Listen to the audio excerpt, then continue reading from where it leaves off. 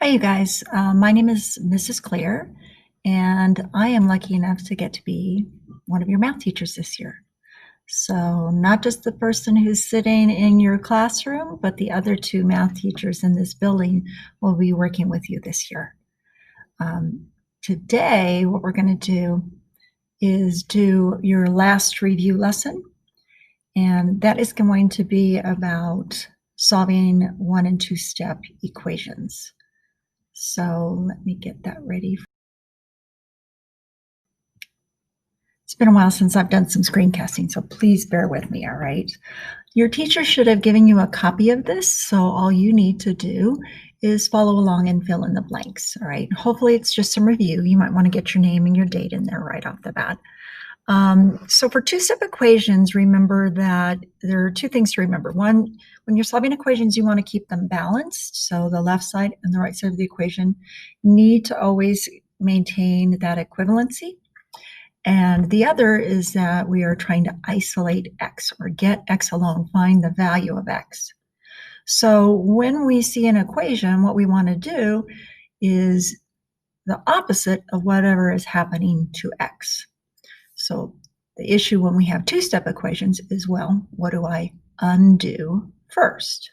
So these notes are going to tell you to first eliminate blank by using inverse operations. Well, that blank we're going to fill in with constant. So constants are kind of like the opposite of variables. They don't vary. So it's a number that stays the same. Its quantity doesn't vary, versus a variable where it could be any way. Oh, look at this writing. Number stays the same, okay? Now, this is typically what we're adding or subtracting to x, okay? So the inverse of adding, right, would be subtracting, and the inverse of subtracting would be adding. So to get rid of it, we do the inverse operation. Now, once that's done, we have to eliminate what we call the coefficient. Now, the coefficient is the other operation that's happening to x. It is the number that we're multiplying the variable by. And in some cases, you'll see it as like dividing. But really what that means is, I'm going to go off the page, I'm so sorry.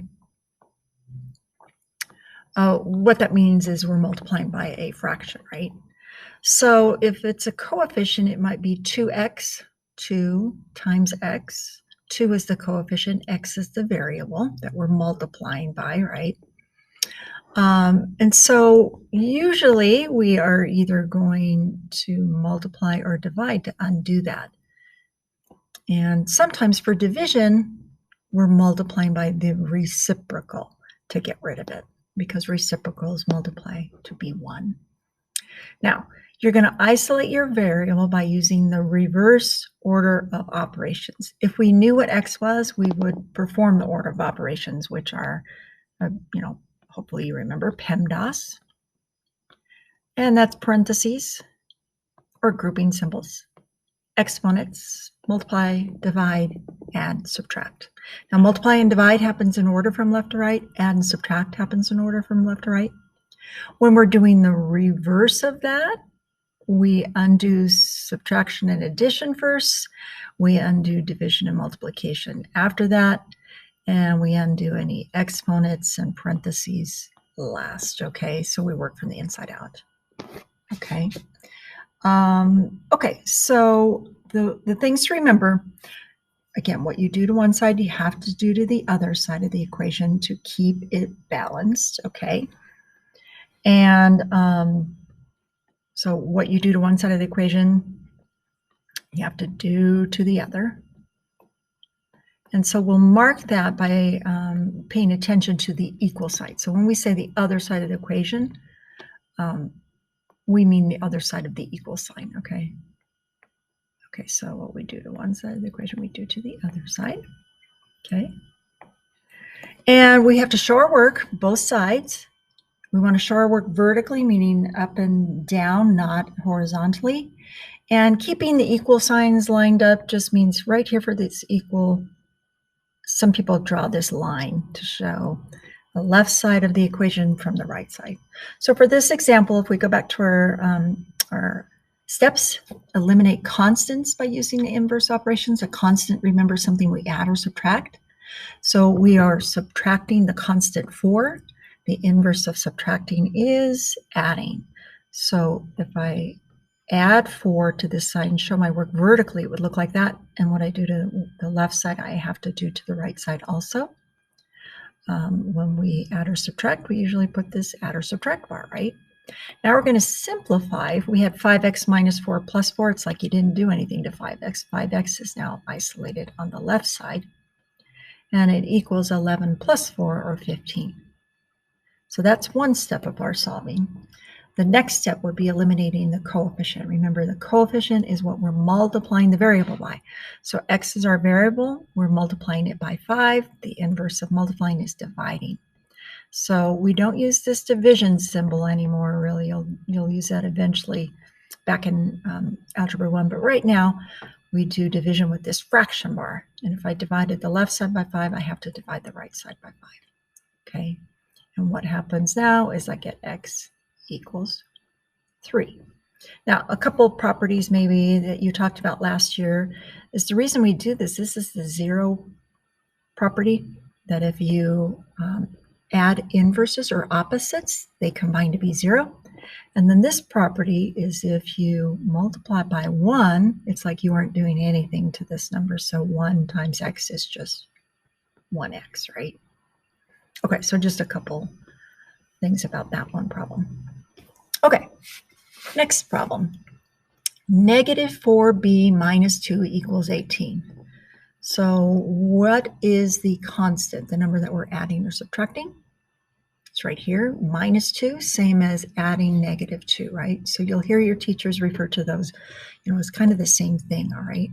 So subtracting 2, I'm going to show that the inverse of that would be to add 2. And if I do it to the left side of the equal sign, I have to do it to the right side. Draw my little bar.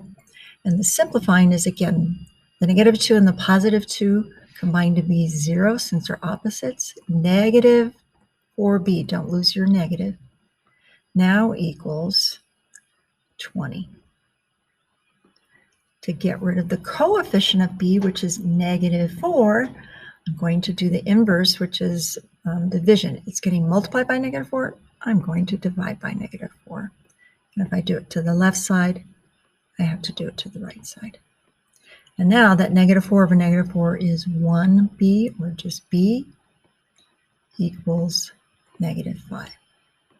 Now, something I haven't talked about yet, but I'd like to stop right now and do, is checking your work. How do I know that that's the right answer? If it's the right answer, I can substitute its value into the original equation for b, and it would make a true statement. The statement right now is that negative 4 times b minus 2 should equal 18. Okay, well, if I rewrite this, and instead of b, multiply, we use parentheses to show multiply, I instead put those parentheses as a placeholder, and then I plop in this value for b, negative 5. Okay. And what I want to do is say, is that going to be true? Is the left side going to equal 18 like the right side does? So let's go back and find out. Order of operations now, because there's no variable left, I do multiplying PEMDAS before my adding or subtracting. So negative 4 times negative 5 is 20 minus 2. And we're still trying to figure out, is that going to equal 18? Yeah, 20 minus 2 is 18. And when we get 18 equals 18, we say, well, that checks. So we just checked our work. It does work that negative 5 is b, because the left side is the same as the right side. Okay. Couple more, all right? Hang in there. You're doing great. So 4 plus 4h equals 16. Sometimes this can throw people off because they say, well, am I adding or subtracting 4 here? This is where it might be helpful to remember the positive and negative are kind of similar to adding and subtracting. If we see a positive 4 and we want to get rid of it, we'll subtract 4. You could think of it as this is a positive 4 that's right here. We're going to put a negative 4 with it, and a positive 4 and a negative 4 combine to be 0, right? If I do it to the left side of the equal sign, I have to do it to the right. And what's going to be left after I do that is 4h equals 16 minus 4 is 12. Now what's happening to h is that it's getting multiplied by 4. The inverse of multiplying is dividing. Divide by 4 on the left, divide by 4 on the right. Now I have h equals 3. Now, for some of these simple ones, you could probably check in your head, does that work? Is 4 times 3 plus 4 16? Is 4 times 3 or 12 plus 4 equal to 16? Yes. Okay, we're almost there. Last one. 15 equals n divided by 2 plus 5. So if our steps say to eliminate the constant, what we're adding or subtracting, I'm going to do the inverse of adding 5 by subtracting 5. And now what I did to the right side, I have to do to the left side. Okay.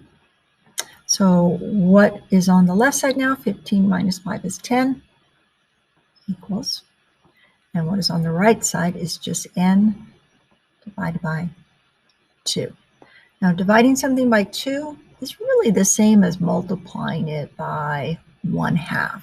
So that n has this invisible coefficient of 1. 1 times n is just n.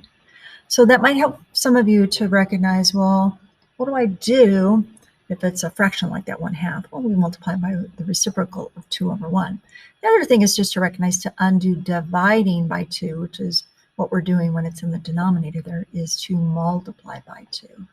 And if I multiply the right side by 2, I have to multiply the left side by 2. Now, some teachers are going to want you to do that dot. Some might want you to put in those parentheses. You've got to make sure you're flexible doing both of those things, all right? And then down here, we're going to get 20 equals, and these are going to cancel out. And again, if I wanted to check it, I would go back and say, does 15 equal, substitute 20 divided by 2 plus 5. So we're checking to see if it makes a true statement when we're done. 15 equals 20 divided by 2, or 10 plus 5. And yet 15 equals 15 right down here. Okay. All right, if you have any questions about the lesson, make sure you email your teacher or message her in Schoology. You do have some practice that you need to do right now. Good luck.